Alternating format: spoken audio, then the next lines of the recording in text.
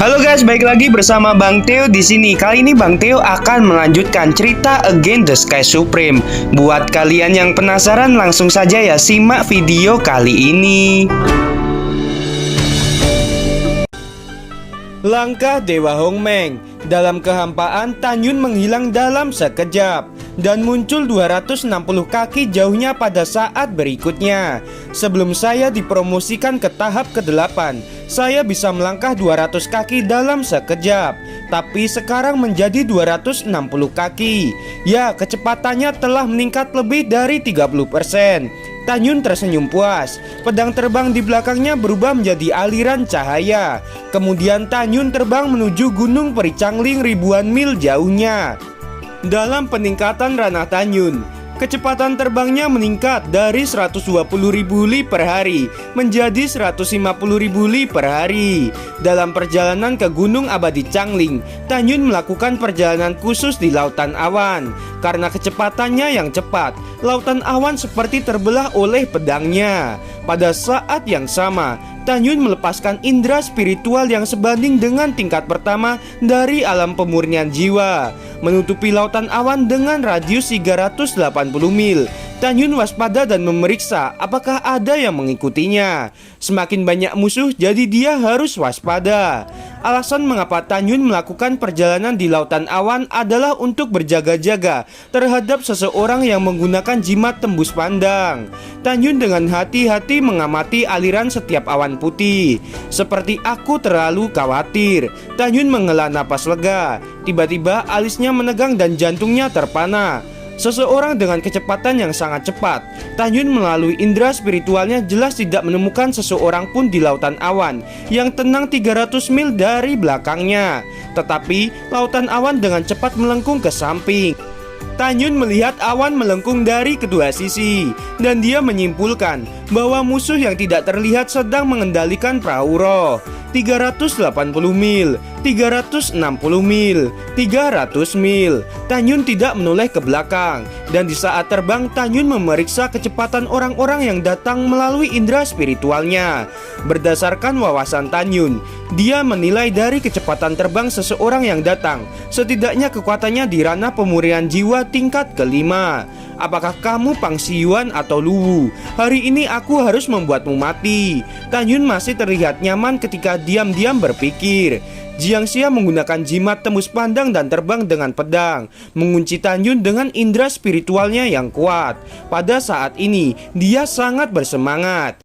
Jiangxia telah melihat konflik antara Tanyun dan tetua ketiga Pangxi Yuan dengan jelas. Menurut pendapatnya, ketika Tanyun mati hari ini, semua orang akan percaya bahwa itu adalah ulah Pangxi Yuan. Setelah beberapa saat, 8 li, 5 li, 3 li, 500 kaki, Tanyun dalam pelarian. Diam-diam menghitung tempat ini. Tiba-tiba di belakangnya pedang merah menyala meledak di Lautan Awan 300 meter jauhnya, di mana cahaya pisau berwarna merah lewat. Retakan padat di ruang gelap tiba-tiba muncul di Lautan Awan, seolah-olah kekosongan itu akan runtuh.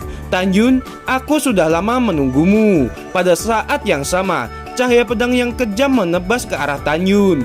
Tanyun tiba-tiba berteriak, berbalik dan melambaikan tangan kanannya. Jimat harta karun kelas menengah, jimat 9 surga yang bergemuruh, yang terbang keluar dari cincin alam semestanya. Matilah! Tanyun mengeluarkan teriakan yang dingin, dan kekuatan roh menembak ke jimat 9 surga yang menggelegar. Dan segera di bawah kendali kesadaran spiritual Tanyun, jimat harta itu langsung diaktifkan. Tiba-tiba, 9 jalan menyerupai guntur yang mengguncang 9 surga yang berasal dari jimat 9 surga yang bergemuruh. Segera, jimat 9 surga yang menggelegar yang menghadap cahaya pedang menghilang dari udara tipis, berubah menjadi kekuatan 9 guntur yang mempesona. Masing-masing memiliki tebal sekitar 10 kaki dan panjang 200 kaki. Kekuatan 9 guntur membawa serangkaian retakan spasial yang mengejutkan, dan dengan keras memborbardir api pedang. Suara keras menembus kehampaan sejauh ratusan mil. Dan tiba-tiba saat Lautan Awan bergulung, cahaya bilas sepanjang 200 kaki itu langsung hancur, menghilang dengan kekuatan 9 guntur yang saling terkait. "Bajingan kecil, bagaimana kamu menemukanku?" Di lautan awan yang kosong, sebuah suara yang sangat tua terdengar. Tan Yun mendengarkan suara itu bukan Pan Si Yuan, tetapi siapa itu? Saat ini Jiang Xia menyamar. Dengan suara seperti bumi, pupil Tan Yun menyusut, dan dia melihat aliran darah muncul dari lautan awan di depannya. "Bajingan kecil, meramal nasibmu hari ini. Mari kita tunggu dan lihat." Meskipun Tan Yun hanya mendengar suara dan tidak melihatnya, Tan Yun menemukan bahwa orang itu terluka dengan darah berceceran. Segera Tan Yun menuju tempat itu. Pada saat yang sama, potongan-potongan bilah yang patah jatuh ke lautan awan. Jelas setelah jimat 9 surga menggelegar, menghancurkan pisau panjang Jiang Xia, Tan Yun melukainya dengan sangat parah. Jiang Xia tidak sabar untuk melarikan diri. Tan Yun menggunakan langkah yang megah, berkedip ke arah kekosongan. Karena sudah di sini, jangan pernah berpikir untuk pergi. Tinggalkan hidupmu untukku. Dengan suara niat membunuh di awan yang bergetar, 2 jimat 9 surga terakhir yang menggelegar sebanding dengan kultivator alam pemurnian jiwa tingkat ke-6. Dengan pukulan yang penuh, Tan Yun menembak satu demi satu menuju kehampaan. Tiba-tiba itu berubah menjadi 18 kekuatan guntur sepanjang 200 meter dan 9 guntur menjadi satu seperti naga guntur yang melintasi lautan awan.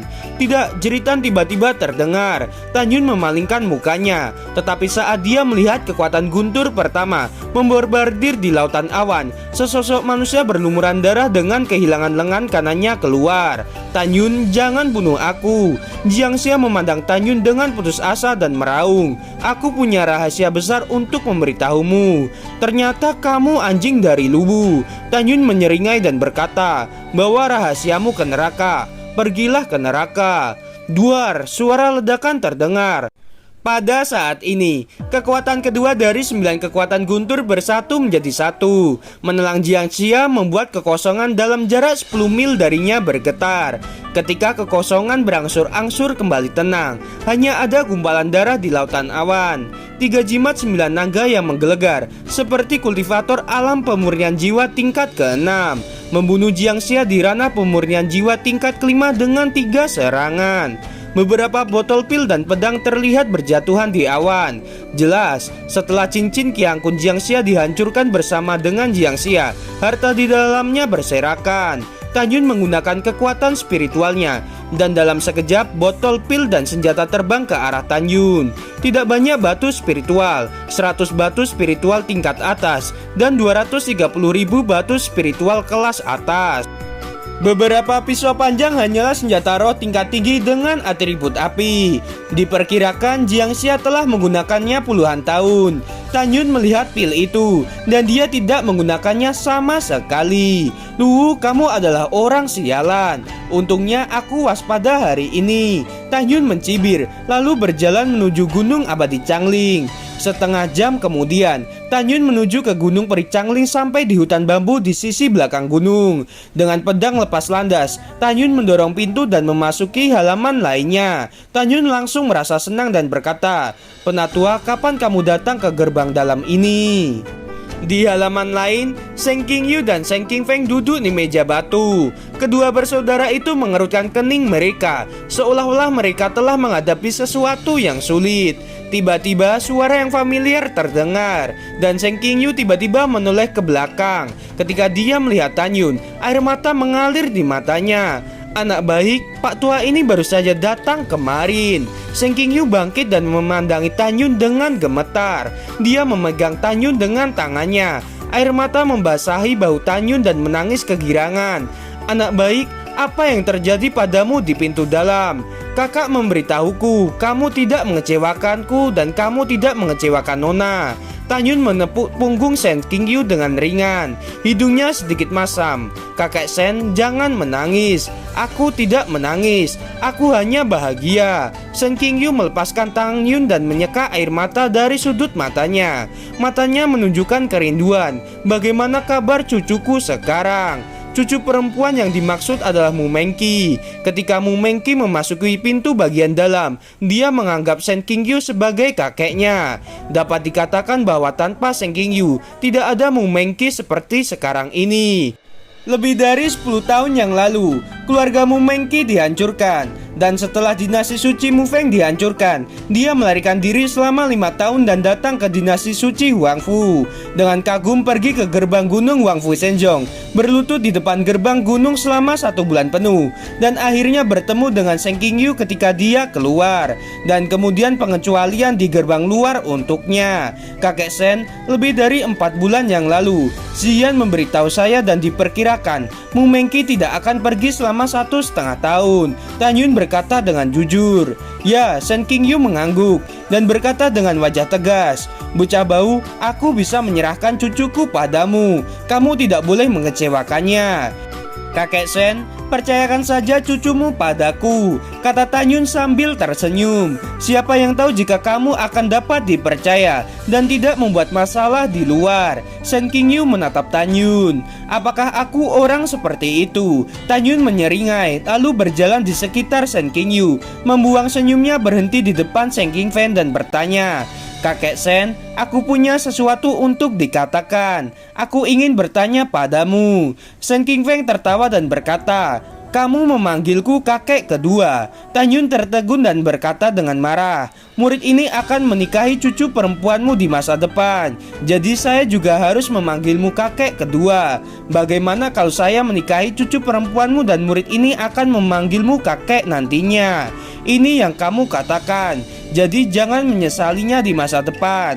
Shen Qingfeng tertawa dan berkata, "Ayo bicara, ada apa?" "Kakek Shen, apakah Luwu memiliki latar belakang?" Tan Yun ingin membunuh Luwu, jadi saya perlu mengetahui latar belakangnya. Ya, Shen Qingfeng tersenyum dan menyebut nama Luwu. Matanya penuh dengan niat membunuh. Tan Yun, ayah Luwu adalah tetua keempat dari Danmai Abadi, dengan latar belakang yang dalam. Latar belakang orang tua itu sangat dalam. Tan Yun mengerutkan kening dan diam-diam berkata, "Sepertinya jika saya ingin membunuhnya, saya harus berkonspirasi. Jika tidak, akan sulit untuk membunuhnya." Shen Qingfeng melihat Tan Yun yang sedang bingung dan bertanya, "Apakah kamu menemukan sesuatu tentang Luwu?" Ya, Tan Yun menganggukkan kepalanya dan berkata dengan jujur, "Kakek Shen, kalian adalah orang-orang yang dapat saya percayai, dan saya tidak akan menyembunyikan beberapa hal. Luwu mengirim Duan Zhen untuk membunuhku, tapi Duan Zhen dibunuh olehku." Setelah suara Tan Yun terdengar, Shen Qingfeng terkejut. "Tunggu, apa yang kamu katakan? Kamu benar-benar membunuh Duan Zhen? Dia adalah kultivator pemurnian jiwa tingkat pertama. Kamu membunuhnya." "Saya menghabiskan banyak batu spiritual dan membeli harta karun untuk membunuhnya," kata Tan Yun. "Lebih dari setengah jam yang lalu, saya bertemu Jiang Xia dan saya membunuhnya. Seharusnya Luwu mengatur Jiang Xia. Anjing itu tidak akan melepaskan saya." Setelah keheningan yang lama, Shen Qingfeng berkata, "Tan Yun, sebenarnya Nona ingin menyingkirkan Luwu. Nona telah mengetahui bahwa dia mengirim Li Zixuan untuk meracuni rumput giok kebangkitan. Tentu saja Tan Yun tahu tentang ini. Dia pura-pura tidak mengetahuinya dan menyarankan dengan suara rendah, 'Kakek Shen, haruskah kita bersekongkol untuk menyingkirkan Luwu?' Tidak, aku tidak setuju." Shen Qingfeng melambaikan tangannya dengan cepat. "Tan Yun, Nona telah dipromosikan menjadi alkemis tingkat rendah. Jika bukan karena kebangkitan alkimia, dia akan menjadi penatua alkimia abadi. Nona sekarang mengalami kesusahan untuk memperbaiki pil jiwa yang menghidupkan kembali. Jika Luwu mati saat ini, itu akan menambah kebingungan pada Nona muda. Itu pasti akan mempengaruhi Nona muda untuk mendapatkan promosi menjadi penatua Danmai Abadi." Mendengar itu, Tan Yun tentu saja tidak akan melawan Luwu dengan gegabah lagi. Lagi pula Tan Yun tidak ingin merusak masa depan Shen Shubing. Tan Yun masih bingung. "Kakek Shen, ayah Luwu hanyalah tetua keempat dari pintu Danmai Abadi. Bahkan jika Luwu meninggal di pintu dalam, ayahnya tidak memiliki kekuatan kan?" Shen Qingfeng menghela napas dan berkata, "Ayahnya tidak memiliki kekuatan, tetapi guru ayahnya adalah kepala pil suci saat ini. Jika Luwu benar-benar mati, ayahnya akan menemui kepala pil suci dan mengatakan bahwa Nona muda yang membunuhnya. Bahkan jika nona muda dapat menemukan gurunya dan memperbaiki pil kebangkitan, dia mungkin tidak akan bisa dipromosikan menjadi penatua di gerbang pil keabadian. Murid ini mengerti. Tan Yun mengangguk dan berkata, apakah mungkin untuk berurusan dengan Luwu setelah kepala Sen Subing dipromosikan menjadi penatua Danma yang abadi? Tentu saja, pada saat itu Luwu pasti akan mati. Shen Qingfeng berkata dengan wajah yang datar. Tan Yun, kamu tidak boleh membuat masalah sekarang dan melawan musuh di mana-mana. Mengerti? Murid mengerti. Tan Yun menjawab dengan suara rendah. Kakek Sen, murid ini akhirnya akan menanyakan satu pertanyaan lagi padamu. Tan Yun, katakan saja, Pang Shiyuan tetua ketiga, apakah dia memiliki latar belakang? Apa? Shen Qingfeng mengerutkan keningnya. Dia tidak memiliki latar belakang. Apakah kamu memiliki masalah dengannya? Tidak, murid ini hanya bertanya saja. Tan Yun berkata dengan tenang. Setelah Shen Qingfeng menjawab, dia tiba-tiba menggelengkan kepalanya, mengungkapkan kecemasan yang mendalam di matanya yang berlumpur. Kakak kedua, menurutmu kemana Nona pergi? Menurut perintah Nona muda, saya telah memasang spanduk di puncak selama lebih dari 3 bulan. Mengapa gurunya belum datang? Jika gurunya tidak datang lagi, apa yang bisa wanita muda itu lakukan? Mendengar ini, Tan Yun berkata tanpa ekspresi, kakek Sen, guru Sen, saya memiliki sesuatu untuk dilakukan. Jadi saya akan pergi terlebih dahulu. Baiklah, perhatikan keselamatanmu. Kamu punya banyak musuh dan kamu tidak punya kekuatan cukup sekarang ini. Shen Qingyu berkata dengan ramah. Murid mengerti. Tan Yun menjawab dan pergi. Segera menaiki pedang terbang dan menuju Gunung Abadi Bingking. 2 jam kemudian, Tan Yun terbang ke puncak dan berpura-pura membungkuk dan berkata. Kepala murid Tan Yun menghadap. Tidak ada yang menjawab untuk waktu yang lama. Tan Yun melihat sekeliling lagi dan menemukan bahwa tidak ada formasi di puncak untuk memantau orang. Dia segera mengenakan kain kasa dingin nafas kura-kura, menutupi kepalanya dan tubuhnya. Tan Yun langsung menuju ke tepi tebing di puncak. Formasi teleportasi menuju kota Huang Hufang dan menyelamatkan batu roh bermutu tinggi di belakang mata formasi. Saat ruang bergetar, Tan Yun menghilang. Gimana teman-teman, semakin seru bukan ceritanya? Buat kalian nih ya yang masih penasaran sama kelanjutannya, langsung saja subscribe channel Bang Theo ini. Terima kasih teman-teman.